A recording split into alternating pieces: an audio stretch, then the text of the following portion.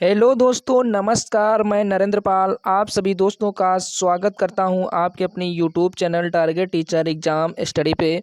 तो दोस्तों, आज हम लोग बात करेंगे रीट 2021 के अंतर्गत दोस्तों आपकी जो पेपर लेवल सेकंड है साइंस क्लास 6। तो दोस्तों, आज इस वीडियो में कंप्लीट करेंगे पूरी साइंस की बुक, इम्पॉर्टेंट प्रश्न, वन लाइनर। तो दोस्तों, एक ही वीडियो में पूरी बुक आपकी समाप्त होने वाली है। तो दोस्तों, आप वीडियो को शुरू से अंत तक देखिएगा। दोस्तों, आपके लिए वीडियो बहुत ही इम्पोर्टेंट होने वाली है। तो चलिए दोस्तों, वीडियो शुरू करते हैं। और दोस्तों, आप चैनल पहली बार विजिट कर रहे हैं या अभी तक आपने चैनल को सब्सक्राइब नहीं किया है तो चैनल को प्लीज़ सब्सक्राइब करिए, साथ में बेल आइकन को प्रेस करिए जिससे आने वाली वीडियो की नोटिफिकेशन शीघ्र ही मिल सके। तो दोस्तों, क्लास 6 RVSE साइंस क्लास 6 की बुक है। तो दोस्तों, आज इसका पूरी बुक को कंप्लीट करेंगे। तो दोस्तों, यूनिट फर्स्ट, भोजन के स्रोत। दोस्तों, भोजन किन किन से वस्तुओं से प्राप्त होता है। तो दोस्तों, बात करते हैं हमें भोजन की आवश्यकता क्यों पड़ती है। तो दोस्तों, हमें भोजन भोजन से हमें ऊर्जा प्राप्त होती है। भोजन से हमें क्या प्राप्त होती है? ऊर्जा प्राप्त होती है। भोजन दैनिक शारीरिक कार्यों हेतु ऊर्जा की पूर्ति बनाए रखने के लिए आवश्यक होता है। नेक्स्ट इसमें पॉइंट है दोस्तों, भोजन शरीर को स्वस्थ बनाए रखने के साथ साथ शरीर की वृद्धि एवं विकास के लिए उपयोगी होता है। नेक्स्ट दोस्तों, बात करते हैं भोजन शरीर में रोगों से लड़ने की क्षमता यानी रोग प्रतिरोधक क्षमता को बनाए रखता है। दोस्तों, अब बात करते हैं भोजन ग्रहण करने के आधार पर जो हमारे जीव जंतु होते हैं इनको किन 3 श्रेणियों के अंतर्गत बांटा गया है। कौन कौन से? नंबर 1 बात करते हैं शाकाहारी जंतु। दोस्तों, ये जंतु ऐसे होते हैं जो पेड़ पौधों को ही अपना भोजन बनाते हैं। इसे दोस्तों हार्बीवोरस एनिमल्स कहते हैं। तो दोस्तों, अगर इनके एग्जाम्पल की बात की जाए तो गाय, भेड़, बकरी, ऊँट, हिरण आदि ये क्या हैं? ये जंतु शाकाहारी जंतु कहलाते हैं। नेक्स्ट दोस्तों, बात करते हैं नंबर 2 है मांसाहारी जंतु। इन्हें कार्निवोरस एनिमल्स कहते हैं। जैसे शेर, चीता, भेड़िया। दोस्तों, ये क्या करते हैं? मांस का ही सेवन करते हैं। किनका सेवन करते हैं? हिरण, ऊँट, बकरी इनका सेवन करते हैं। दोस्तों, अब बात करते हैं सर्वाहारी जंतु। सर्वाहारी ओमनीवोरस एनिमल्स कौन कौन से होते हैं? तो दोस्तों, पूछा जा सकता है कि निम्न में से सर्वाहारी जंतु कौन सा है। तो दोस्तों, आपके ऑप्शन वहाँ पे इन्हीं सारे जंतुओं में से दिए होंगे। तो दोस्तों, जो सर्वाहारी जंतु होता है ये कौवा, कुत्ता, मनुष्य जो होते हैं ये आपके क्या करते हैं? ये आपके मांस खाते हैं और पेड़ पौधों से भी अपना भोजन ग्रहण कर लेते हैं। भोजन हमें जंतुओं तथा पादपों से दोनों से प्राप्त होता है। दोस्तों, जो भोजन होता है जंतुओं तथा पादपों दोनों से प्राप्त होता है। दोस्तों, जंतुओं से हमें क्या प्राप्त होता है? दूध, घी, दही। दोस्तों, आज जो भोज्य पदार्थ होते हैं ये प्राप्त होते हैं। और पादपों से हमें दोस्तों विभिन्न प्रकार के फल फूल प्राप्त होते हैं। दोस्तों, भोजन के रूप में पादप। दोस्तों, भोजन के रूप में पादप इनका क्या महत्वपूर्ण रोल है? अनाज कार्बोहाइड्रेट के प्रमुख स्रोत कहे जाते हैं। दालें फलीदार बीजों से प्राप्त होती हैं। दोस्तों, आपके पेपर में पूछा जा सकता है कि कार्बोहाइड्रेट के प्रमुख स्रोत कौन होते हैं। तो वहाँ पे दोस्तों अनाज जो होते हैं ये प्रमुख स्रोत होते हैं। इसी प्रकार से दालें फलीदार बीजों से प्राप्त होती हैं। इनमें प्रोटीन पाया जाता है। जो दोस्तों दालों में क्या होता है? प्रोटीन पाया जाता है। नेक्स्ट ये सब्जियां जड़ तथा तना, पत्ती, फल फूल आदि के रूप में प्रयोग की जाती हैं। फल ये शर्करा और पोषक तत्वों से युक्त होते हैं। शर्करा दोस्तों क्या आते हैं? गन्ने तथा चुकंदर से प्राप्त होती है। गन्ने तथा चुकंदर से प्राप्त होती है। मसाले इनमें भोजन में स्वाद एवं पौष्टिक जो होती है ये बढ़ाते हैं। तेल दोस्तों ये ऊर्जा के प्रमुख स्रोत होते हैं। तेल बीज एवं फल से प्राप्त किया जाता है। दोस्तों, स्फूर्ति पेय पदार्थ कौन कौन से होते हैं? कॉफी के रूप में चाय और कॉफ़ी के रूप में इनका प्रयोग करते हैं। भोजन के स्रोत के रूप में जंतु दोस्तों दूध कैल्शियम का प्रमुख स्रोत होता है। दोस्तों, जो कैल्शियम होता है ये दूध में पाया जाता है। दोस्तों, शहद क्या होता है? शहद मधुमक्खियों से प्राप्त होता है। शहद मधुमक्खियों से प्राप्त होता है। अंडे कैल्शियम और प्रोटीन। इनमें दोस्तों अंडे में क्या होता है? कैल्शियम एवं प्रोटीन पाया जाता है। मांस एवं सब्जी यह प्रोटीन का प्रमुख स्रोत माना जाता है। प्रमुख क्षेत्रीय भोजन दोस्तों दाल बाटी चूरमा ये कहाँ का प्रमुख भोजन है? तो ये दोस्तों राजस्थान का है। नेक्स्ट है दोस्तों मिस्सी रोटी सरसों का साग ये पंजाब का। और इडली डोसा ये दक्षिण भारत का। तो दोस्तों अब बात करते हैं यूनिट 2 है पादपों में पोषण। दोस्तों सजीवों द्वारा अपने स्वास्थ्य एवं शरीर की वृद्धि एवं विकास के लिए भोजन के रूप में आवश्यक पोषक तत्वों को ग्रहण करने की प्रक्रिया को क्या कहते हैं? पोषण कहते हैं।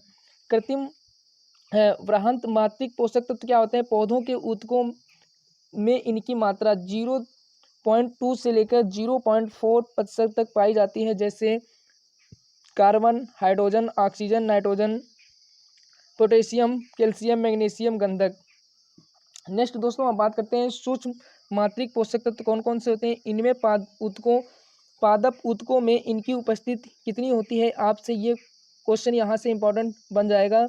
0.02% से भी कम होती है। इनकी कमी से पौधे रोगग्रस्त हो जाते हैं। क्या हो जाते हैं? रोगग्रस्त हो जाते हैं। कौन कौन से सूक्ष्म मात्रिक पोषक तत्व हैं? जिंक, तांबा, मैग्नीज, लोहा, बोरान, मेलिविडेनम, क्लोरीन, निकिल। दोस्तों आपका क्वेश्चन इस टाइप से पूछा जा सकता है कि निम्न में से कौन सा सूक्ष्म मात्रिक पोषक तत्व है? तो दोस्तों ऑप्शन आपके में दिए होंगे कार्बन, हाइड्रोजन, ऑक्सीजन, और एक आपका ऑप्शन उठा के यहाँ से क्लोरीन या निकिल, जिंक, तांबा किसी को भी रख सकता है। तो दोस्तों आपको ऐसे ध्यान रखना है। नेक्स्ट है दोस्तों पोषण के आधार पर पौधे निम्न प्रकार के होते हैं। नंबर 1 होता है सोपोषी। दोस्तों सोपोषी इसका क्या होता है? सूर्य के प्रकाश में अपना भोजन स्वयं बनाते हैं, जैसे पौधे। नेक्स्ट है दोस्तों पत्तियों में हरे रंग का वर्णक पाया जाता है, जिसे पर्णहरिम या जिसे क्लोरोफिल कहते हैं, जो खनिज, लवण तथा जल को पत्ती तक पहुंचाते हैं। नेक्स्ट है दोस्तों पौधे सूर्य के प्रकाश की उपस्थिति में जल एवं कार्बन डाइऑक्साइड द्वारा अपना भोजन स्वयं बनाती हैं। इस क्रिया को प्रकाश संश्लेषण कहते हैं। दोस्तों इस क्रिया में भोजन के रूप में कार्बोहाइड्रेट बनता है एवं ऑक्सीजन मुक्त होती है। यह कार्बोहाइड्रेट अंत में स्टार्च में रूपांतरित होकर पौधों में संग्रहित रहता है। नेक्स्ट है दोस्तों परजीवी की बात की जाए तो अमरबेल जो पौधा होता है ये परजीवी, इसे दोस्तों कास्कुटा भी कहते हैं। कीट बच्ची पादप जो दोस्तों क्या होते हैं? ये डोसेरा, डायोनीसिया, यूटिकुलेरिया, घटपर्णी जो पादप होते हैं ये कीट बच्ची पादप होते हैं। ये दोस्तों मोस्टली क्या होता है? नाइट्रोजन की जहाँ पे कमी दलदली क्षेत्रों में वहाँ पे नाइट्रोजन की कमी पाई जाती है, तो नाइट्रोजन की कमी को पूर्ण करने के लिए कीटों का भक्षण करते हैं। दोस्तों मृतजीवी पादप कौन कौन से होते हैं? कवक, म्यूकस, एगेरिकस। दोस्तों ये क्या है? मृतजीवी पादप हैं। नेक्स्ट है दोस्तों सहजीवी कवक एवं शैवाल का साथ साथ रहना क्या कहलाता है? सहजीवी कहलाता है। नेक्स्ट है दोस्तों यूनिट 3 की बात की जाए तो वस्तुओं की प्रकृति। दोस्तों हमारे चारों ओर की वस्तुएं एक या अनेक प्रकार के पदार्थों से बनी होती हैं। विभिन्न पादपों के गुण भिन्न भिन्न होते हैं। समानता के आधार पर हम वस्तुओं के समूह बना सकते हैं। वस्तुओं को शोध के आधार पर प्राकृतिक तथा मानव निर्मित कृत्रिम समूहों में वर्गीकृत किया जा सकता है। तो दोस्तों कुछ वस्तुएं देखने में चमक युक्त होती हैं, जैसे हीरा या चमक रहित कपड़े। दोस्तों चमक अगर पूछ लिया जाए सबसे चमकीली वस्तु कौन सी है? तो हीरा है। दोस्तों कुछ वस्तुएं स्पर्श करने पर गर्म तथा कुछ ठंडी अनुभव प्रतीत कराती हैं तथा कुछ नरम तथा कठोर होती हैं। कुछ वस्तुएं जल में विलय तथा कुछ अविलय होती हैं। नेक्स्ट दोस्तों कुछ वस्तुएं पारदर्शी होती हैं जबकि कुछ अपारदर्शी तथा पारभासी होती हैं। जो वस्तु निश्चित आयतन में अधिक द्रव्यमान रखती है उसका घनत्व अधिक होता है। नेक्स्ट दोस्तों बात करते हैं यूनिट 4 प्राकृतिक रेशे। दोस्तों यहाँ से आपके इम्पोर्टेंट क्वेश्चन बन जाते हैं। वे रेशे जो पौधे तथा जंतुओं दोनों से प्राप्त होते हैं उन्हें प्राकृतिक रेशे कहते हैं, जैसे कपास, पटसन, मूंछ, रेशम। दोस्तों ये क्या हैं? ये प्राकृतिक रेशे हैं। नेक्स्ट है पादपों से प्राप्त तंतुओं से धागा बनाने की प्रक्रिया कताई कहलाती है। दोस्तों नेक्स्ट है बंधेज। दोस्तों राजस्थान व गुजरात राज्य में बंधेज के वस्त्र प्रचलित हैं। बंधेज द्वारा कपड़ों पर आकर्षण डिजाइन बनाए जाते हैं। दोस्तों आपसे पूछा जा सकता है कि जो बंधेज है जो कपड़े किस किस किस राज्य में प्रसिद्ध हैं? तो ऑप्शन आपके पास में होंगे राजस्थान, गुजरात, राजस्थान, पंजाब, राजस्थान, उत्तर प्रदेश, राजस्थान, चंडीगढ़, या को दोस्तों कई ऑप्शन आपके हो सकते हैं। तो दोस्तों आपको टिक करना है कि राजस्थान और गुजरात में जो ये कपड़े हैं ये फेमस हैं। नेक्स्ट दोस्तों है राजस्थान में छपाई कला का सर्वोत्तम प्रसिद्ध सांगानेर जयपुर है। दोस्तों सर्वाधिक प्रसिद्ध क्या है? सांगानेर जयपुर है। जंतुओं से प्राप्त रेशों को जानतो रेशों जैसे ऊन तथा रेशम। हमारे देश में 90% रेशम उत्पादन कर्नाटक, आंध्र प्रदेश और तमिलनाडु से प्राप्त होता है। नेक्स्ट है दोस्तों चीन सर्वाधिक रेशम उत्पन्न करने वाला देश है। सबसे ज़्यादा रेशम उत्पन्न करने वाला देश कौन सा है? चीन है। नेक्स्ट दोस्तों अब यूनिट 5 की बात करते हैं। आओ पदार्थ को जाने। दोस्तों हमारे आसपास की अनेक वस्तुएं जिनमें भार होता है और स्थान घेरती हैं उन्हें द्रव्य या पदार्थ कहते हैं। द्रव्य या पदार्थ कहते हैं। पदार्थ को भौतिक संरचना के आधार पर ठोस, द्रव, गैस और प्लाज्मा में वर्गीकृत किया गया है। पदार्थ को रासायनिक संरचना के आधार पर तत्व, यौगिक और मिश्रण में वर्गीकृत किया गया है। दोस्तों नेक्स्ट पॉइंट है ऐसे पदार्थ जिनकी आकृति वह आयतन निश्चित होता है वो क्या कहलाते हैं? वो ठोस कहलाते हैं। द्रव दोस्तों किसे कहते हैं? ऐसे पदार्थ जिनकी आकृति निश्चित नहीं होती। दोस्तों इन क्या आकृति होती है? इनको जिस बर्तन में रख देते हैं वे उसी का रूप धारण कर लेते हैं, परंतु दोस्तों उनमें आयतन तो निश्चित ही होता है। आयतन निश्चित होता है, द्रव कहलाते हैं। और गैस में क्या होता है दोस्तों? गैस में आकार तथा आयतन दोनों अनिश्चित होते हैं। तो दोस्तों क्वेश्चन किस टाइप का बन सकता है? क्वेश्चन आपका ऐसे पूछा जा सकता है कि ऐसे कौन से पदार्थ हैं जिनकी आकृति निश्चित नहीं होती है परंतु आयतन निश्चित होता है, क्या कहलाते हैं? तो दोस्तों उनको ठोस कहते हैं, द्रव कहते हैं, गैस कहते हैं, क्या कहते हैं? तो दोस्तों प्लाज्मा क्या होता है? प्लाज्मा संतप्त गैसीय अवस्था होता है। क्या होता है? संतप्त गैसीय अवस्था होता है।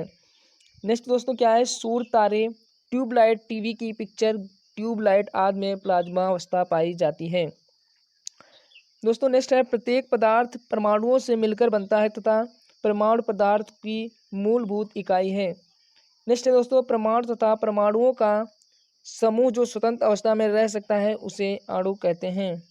नेक्स्ट है दोस्तों तत्व में एक ही प्रकार के परमाणु होते हैं। तत्वों में एक ही प्रकार के परमाणु पाए जाते हैं। तो दोस्तों आपसे पूछा जा सकता है कि किन में एक ही प्रकार के परमाणु पाए जाते हैं? ऑप्शन आपके पास में होंगे तत्व, दूसरा ऑप्शन है परमाणु, तीसरा ऑप्शन हो जाएगा आपका तत्व तथा परमाणु दोनों, और सी ऑप्शन हो जाए डी ऑप्शन हो जाएगा इनमें से कोई नहीं। तो दोस्तों आपका ऑप्शन सही हो जाएगा। तत्व में क्या होता है? एक ही प्रकार के परमाणु पाए जाते हैं। एक ही प्रकार के परमाणु पाए जाते हैं। नेक्स्ट दोस्तों है यौगिक। दो या दो से अधिक परमाणुओं को निश्चित अनुपात में रासायनिक क्रिया द्वारा संयुक्त होने पर जो पदार्थ बनता है उसे क्या यौगिक कहते हैं? जैसे शक्कर, कांच, चूना, नमक, साबुन, खाने का सोडा आदि। दोस्तों मिश्रण क्या होता है? इसमें तत्वों को किसी भी अनुपात में मिला दिया जाता है जैसे शरबत, हवा, रेत आदि। नेक्स्ट दोस्तों है यूनिट 6 सजीव तथा निर्जीव। जीव जंतु एवं पेड़ पौधों की वृद्धि, गति, श्वसन, पोषण, जनन, उत्सर्जन आदि लक्षण दर्शाते हैं या प्रदर्शित करते हैं उन्हें सजीव कहते हैं। सजीवों द्वारा अपशिष्ट पदार्थों को शरीर से बाहर निकालने की क्रिया को उत्सर्जन कहते हैं। विषाण सजीव एवं निर्जीव के बीच की योजक कड़ी है। पौधों की वृद्धि को नापने वाले यंत्र को क्या कहते हैं दोस्तों? क्रेस्कोग्राफ कहते हैं। नेक्स्ट है जिसे जगदीश चंद्र बोस ने खोजा था। किसने खोजा था? जगदीश चंद्र बोस ने खोजा था। नेक्स्ट है आचार्य जगदीश चंद्र बोस का जन्म 30 नवंबर 1858 को हुआ था। कब हुआ था? 30 नवंबर 1858 को। दोस्तों अब बात करते हैं यूनिट 7 है कोशिका। दोस्तों रॉबर्ट हुक ने 1665 में सर्वप्रथम कोशिका की खोज की थी। किसने? रॉबर्ट हुक ने 1665 में। बहुकोशिकीय जीव मनुष्य तथा बड़े जीव होते हैं। एक कोशिकीय जीव अमीबा पैरामीशियम दोस्तों है। सबसे छोटी कोशिका का आकार की बात की जाए तो 0.1 से लेके 0.5 माइक्रोमीटर होता है। ये क्वेश्चन आपसे पूछा जा सकता है। नेक्स्ट दोस्तों ऊतक अंगतंत्र क्या होता है? प्रत्येक सजीव की संरचनात्मक क्रिया सृजनात्मक इकाई कोशिका है। नेक्स्ट है समान कार्य करने वाली कोशिकाओं के समूह को ऊतक कहते हैं या ऊतक बनाते हैं। समान कार्य करने वाले ऊतकों के समूह अंग बनाते हैं। विभिन्न अंगों से मिलकर तंत्र का निर्माण होता है। विभिन्न तंत्रों से मिलकर शरीर का निर्माण होता है। जैसे दोस्तों आप एग्जाम्पल देख सकते हैं कि कोशिका से दोस्तों किसका निर्माण हुआ, ऊतक का, ऊतक से किसका हुआ, अंग का, अंग से तंत्र का, तंत्र से शरीर का निर्माण होता है। तो दोस्तों नेक्स्ट है प्रोकैरियोटिक कोशिकाएं किन्हें कहते हैं। जीवाणु की कोशिका में केंद्रक के चारों ओर झिल्ली नहीं पाई जाती है। दोस्तों क्या है, ऐसी कोशिकाएं जो जीवाणु की कोशिका में केंद्रक के चारों ओर केंद्रिका झिल्ली नहीं पाई जाती है उन्हें प्रोकैरियोटिक कोशिका कहते हैं। जबकि जीवाणु की कोशिका में केंद्रक के चारों ओर झिल्ली का आवरण पाया जाता है उसे यूकैरियोटिक कोशिका कहते हैं। नेक्स्ट है लाइसोसोम को कोशिका का आत्मघाती थैला भी कहते हैं। नेक्स्ट है दोस्तों गाल्जी इकाई की खोज कैमिलो गॉल्जी ने की थी। माइटोकांड्रिया में जैविक ऊर्जा एटीपी के रूप में का निर्माण करती है, इसीलिए शक्ति ग्रह दोस्तों पावर हाउस कहा जाता है। नेक्स्ट है शुतुरमुर्ग का अंडा सबसे बड़ी कोशिका है। दोस्तों सबसे बड़ी कोशिका की अगर बात की जाए तो आपका शुतुरमुर्ग का अंडा हो जाएगा। पादप कोशिका में कोशिका भित्ति पाई जाती है जबकि जंतु कोशिका में इसका अभाव होता है। दोस्तों आपका ये क्वेश्चन कई बार पेपरों में पूछा जा चुका है। केंद्रक में धागे की समान संरचनाएं पाई जाती हैं जिन्हें गुणसूत्र कहते हैं। क्लोरोप्लास्ट हरित लवक में क्लोरोफिल संरचनाएं दोस्तों पर्णहरित पाया जाता है। नेक्स्ट दोस्तों आप बात करते हैं सूक्ष्म जीव यूनिट नंबर 8। सूक्ष्म जीव को आंखों से नहीं देख सकते हैं, जैसे दोस्तों अभिमा, जीवाणु, वायरस। दोस्तों इनको क्या होता है, अपनी नग्न आंखों से नहीं देख सकते हैं। ऐसे जीवों को देखने के लिए सूक्ष्मदर्शी यंत्र का प्रयोग किया जाता है। दोस्तों सूक्ष्म जीव 6 प्रकार के होते हैं। कौन कौन से, विषाणु, माइक्रोप्लाज्मा, जीवाणु, कवक, प्रोटोजोआ, शैवाल। दोस्तों ये आपके सूक्ष्म जीव 6 प्रकार के होते हैं। दोस्तों अब बात करते हैं नंबर 1 विषाणु की। दोस्तों विषाणु क्या होते हैं, सजीव तथा निर्जीव के बीच की योजक कड़ी होती है। इनमें दोस्तों दोनों के गुण पाए जाते हैं। जैसे दोस्तों टैबेको मोजेक वायरस, जिसे दोस्तों शॉर्ट में कहते हैं TMB। नेक्स्ट है human immuno deficiency virus HIV। Next है दोस्तों माइक्रोप्लाज्मा। ये क्या है, यह सबसे छोटी कोशिका है। दोस्तों ये आपका जो लेसन है इम्पॉर्टेंट है।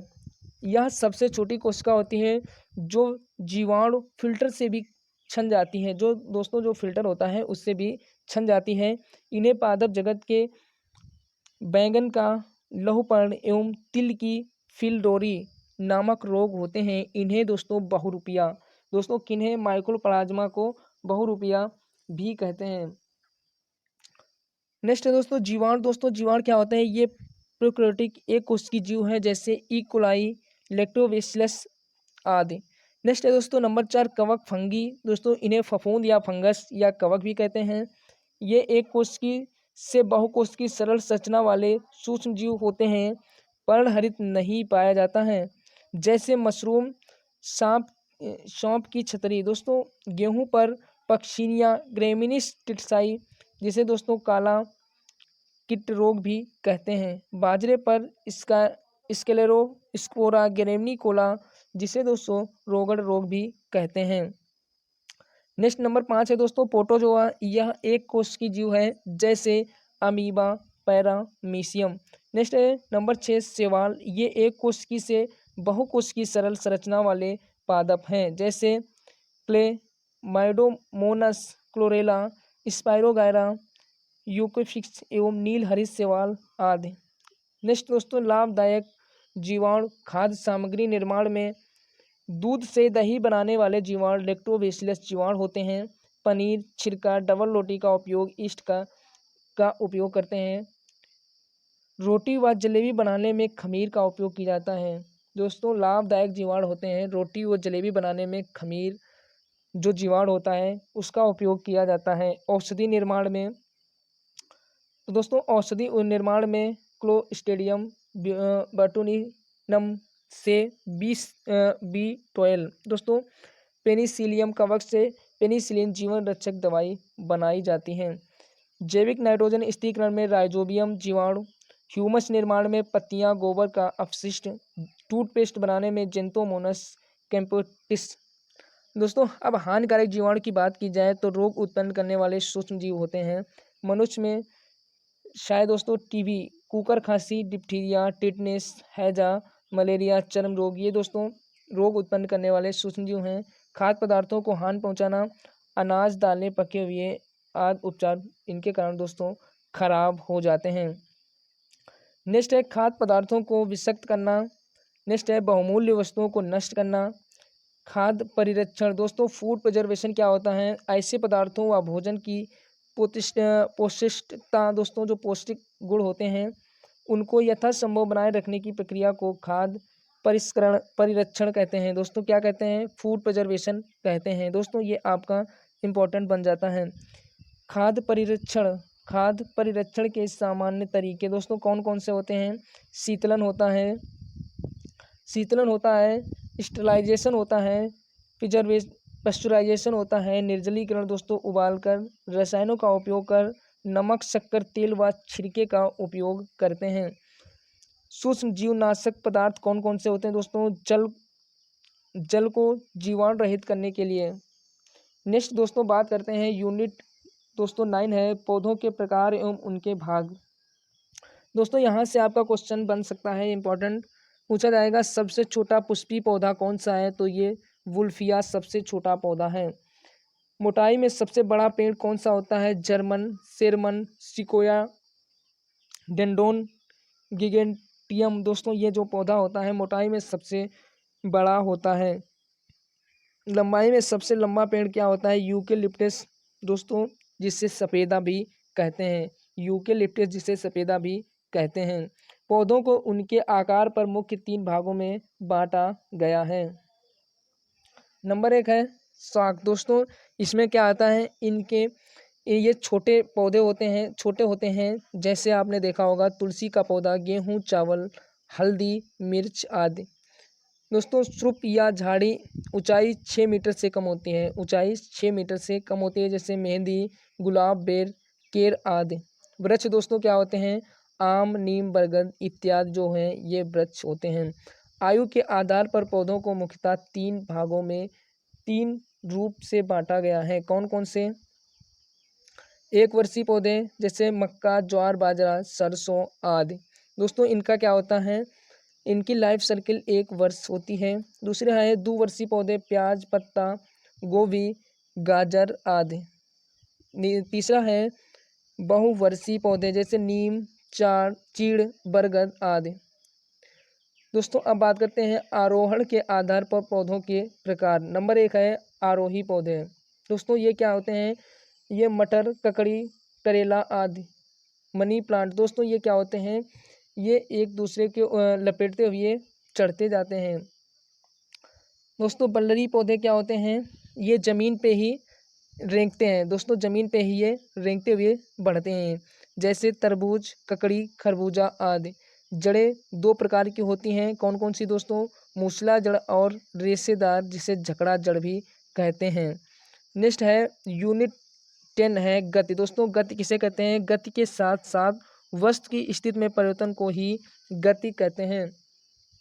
नेक्स्ट है विभिन्न प्रकार की गतियाँ। दोस्तों विभिन्न प्रकार की गतियाँ कौन कौन से हैं? नंबर 1 है सरल रेखी गति। सरल रेखा में होने वाली गति को सरल रेखी गति कहते हैं। दूसरा है वृत्ताकार गति। जब कोई वस्तु एक निश्चित वृत्ताकार पथ में घूमती है तब यह गति वृत्ताकार गति कहलाती है। तीसरा है आवर्त गति। ऐसी गति जो निश्चित समय बाद दोहराई जाती है आवर्त गति कहलाती है। नेक्स्ट है दोस्तों कंपन गति। वह गति जिसमें वस्तु कंपन करती है उसे कंपन गति कहते हैं। दोस्तों नेक्स्ट है घूर्णन गति। किसी निश्चित अक्ष के चारों ओर होने वाली गति को घूर्णन गति कहते हैं। नेक्स्ट है दोस्तों अंतरराष्ट्रीय मात्रक प्रणाली एसआई कहते हैं। लंबाई का मात्रक एसआई लंबाई का मात्रक दोस्तों लंबाई का एसआई मात्रक मीटर होता है। मीटर के 100वें भाग को सेंटीमीटर तथा सेंटीमीटर के 10वें भाग को मिलीमीटर कहते हैं। नेक्स्ट है दोस्तों यूनिट नंबर 11 सरल मशीन किसे कहते हैं? वे साधन जिनकी सहायता से हमें कार्य करने में शीघ्रता, सुविधा व सरलतापूर्वक किया जा सके उन्हें मशीन कहते हैं। उन सभी उपकरणों को जिन्हें चलाने हेतु केवल पेशी बल का उपयोग किया जाता है उन्हें सरल मशीन कहते हैं। जैसे नट समतल, पहिया या धुरी, उत्तोलक, घिरनी, पच्चर, पेंच। दोस्तों ये क्या होते हैं? ये आपके सरल मशीन के एग्जाम्पल हैं। दोस्तों अब बात करते हैं उत्तोलक के प्रकार। तो दोस्तों उत्तोलक 3 प्रकार के होते हैं। प्रथम प्रकार के उत्तोलक, द्वितीय प्रकार के और तृतीय प्रकार के। दोस्तों जो प्रथम प्रकार के उत्तोलक होते हैं इनमें बीच में क्या होता है? बीच में आपका आलम्ब होता है, जबकि साइड में इधर आगे आयास होता है और पीछे भार होता है। जैसे हैंड पंप, कैंची, तुला, संबल, ये आपके प्रथम प्रकार के उत्तोलक के हैं। नेक्स्ट है जिसमें बीच में क्या होता है? बीच में भार होता है और आगे क्या होता है? आयास होता है। पीछे क्या होता है? आपका आलम्ब होता है। ऐसे क्या कहलाते हैं? इनके एग्जाम्पल हैं दोस्तों सरौता, केरी कटर, एक पहिया, ठेला गाड़ी। ये दोस्तों ये आपके द्वितीय प्रकार के उत्तोलक के उदाहरण हैं। तृतीय प्रकार के उत्तोलक कौन कौन से होते हैं? जिसमें क्या दोस्तों क्या है? आपका बीच में आयास है, बीच में आपका आयास है, आगे में भार होता है और पीछे आपका आलम्ब होता है। जैसे दोस्तों चिमटी। नेक्स्ट दोस्तों यूनिट नंबर अब 12 बात करते हैं। यूनिट नंबर 12 है बल का एसआई मात्रक क्या होता है? न्यूटन होता है। बल वह कारक है जो वस्तु की स्थिति, गति, दिशा व आकार में परिवर्तन कर सकता है, बल कहलाता है। मांसपेशियों द्वारा लगाए जाने वाले बल को पेशी बल कहलाते हैं। दोस्तों मनुष्य के द्वारा जो बल लगाया जाता है उसे पेशी बल कहते हैं। नेक्स्ट है स्थिर विद्युत आवेश द्वारा लगाए जाने वाले बल को स्थिर विद्युत बल कहते हैं। दो सतहों के मध्य गति के विपरीत दिशा में कार्यरत बल को घर्षण बल कहते हैं। चुंबक के कारण लगने वाले बल को चुंबकीय बल कहते हैं। नेक्स्ट है यूनिट नंबर 13 है चुंबकत्व। दोस्तों चुंबक के समान ध्रुवों में घर्षण तथा दोस्तों असमान ध्रुवों में आकर्षण तथा समान ध्रुवों में प्रतिकर्षण होता है। चुंबक लौह चुंबकीय पदार्थों को आकर्षित करती है, जैसे लोहा, कोबाल्ट, निकिल आदि। दोस्तों आपका क्वेश्चन पूछा जा सकता है कि निम्न में से चुंबकत्व पदार्थ कौन कौन से हैं? लोहा, कोबाल्ट, निकिल और डी ऑप्शन है उपयुक्त सभी। तो दोस्तों आपके जो चुंबकीय पदार्थ होते हैं लोहा, कोबाल्ट, निकिल सभी हैं। चुंबक में 2 ध्रुव होते हैं, उत्तरी ध्रुव और दक्षिणी ध्रुव। चुंबक के अनेक उपयोग हैं, जैसे विद्युत क्रेन, स्पीकर, विद्युत घंटी आदि में। नेक्स्ट है दोस्तों यूनिट नंबर 14 है विद्युत परिपथ। दोस्तों विद्युत परिपथ क्या होता है? विद्युत सेल में संचित रासायनिक पदार्थों से विद्युत उत्पन्न होती है।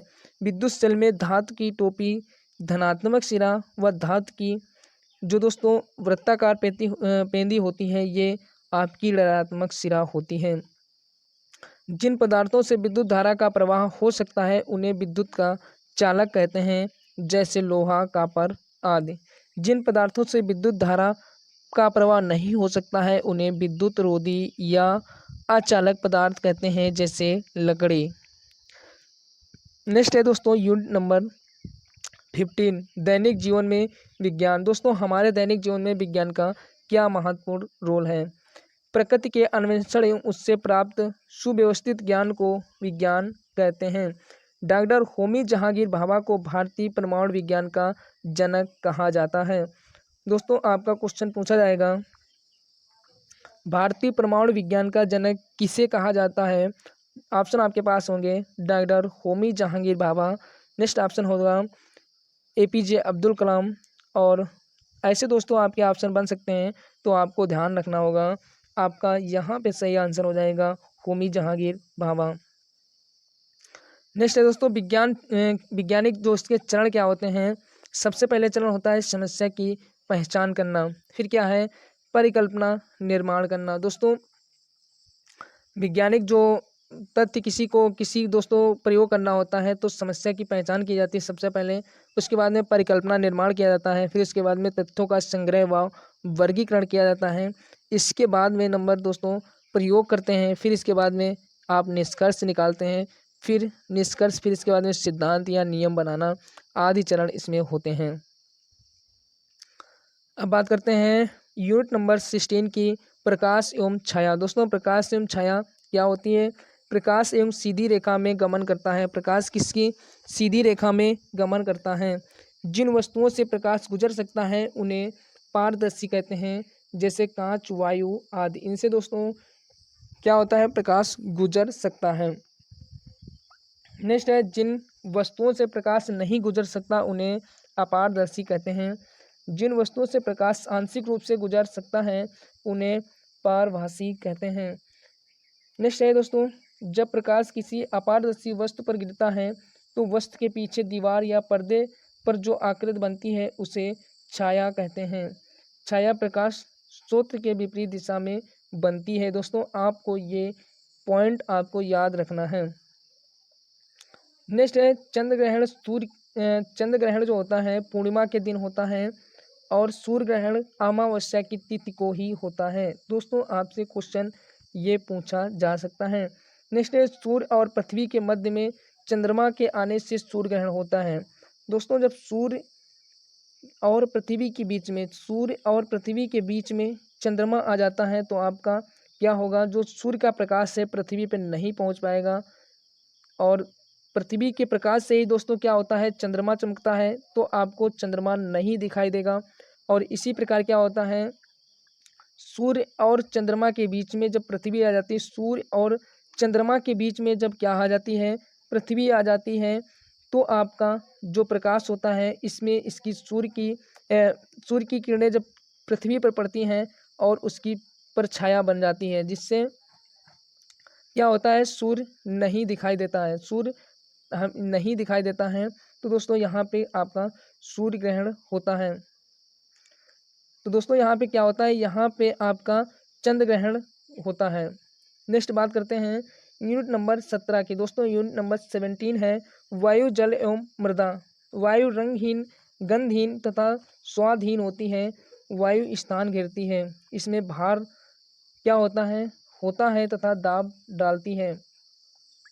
वायु के घटक दोस्तों कौन कौन से होते हैं? ऑक्सीजन, कार्बन डाइऑक्साइड, नाइट्रोजन आदि। दोस्तों ये वायु के घटक हैं। जल का सूत्र क्या होता है? H2O या हाइड्रोजन के 2 परमाणु तथा ऑक्सीजन के 1 परमाणु से मिलकर बनता है। नेक्स्ट है दोस्तों, पवन, जल और जलवायु की क्रियाओं से चट्टानें एवं खनिज। दोस्तों खनिज टूटने, फूटने तथा कार्बनिक पदार्थों के सड़ने गलने से बने विभिन्न पदार्थों के मिश्रण से निर्मित पृथ्वी का सबसे ऊपरी भाग मृदा कहलाता है। दोस्तों नेक्स्ट है, मृदा मुख्यतः 3 प्रकार की होती है। नंबर 1 है आपकी कौन सी? बलुई मृदा। नंबर 1 है बलुई मृदा और दूसरी है मड़मय मृदा। तीसरी है दोमट या दोस्तों दुमटी मृदा भी कहते हैं। तो दोस्तों ये रहा आपका RBSC रीट दोस्तों राजस्थान की, जो आपकी उसमें जूनियर में कक्षा क्लास 6 की साइंस की बुक का पूरा दोस्तों निचोड़। दोस्तों आप अपने फीडबैक कमेंट के माध्यम से बताइएगा। दोस्तों ये वीडियो आप सभी को कैसा लगा? दोस्तों उम्मीद करता हूँ ये वीडियो आप सभी को अच्छा लगा होगा। दोस्तों वीडियो अच्छा लगा है लाइक करिए और चैनल को अभी तक आपने सब्सक्राइब नहीं किया है तो प्लीज़ सब्सक्राइब करिए और अपने सुझाव दीजिए दोस्तों आप किस टाइप के वीडियो चाहते हैं। तो दोस्तों फिर मिलते हैं।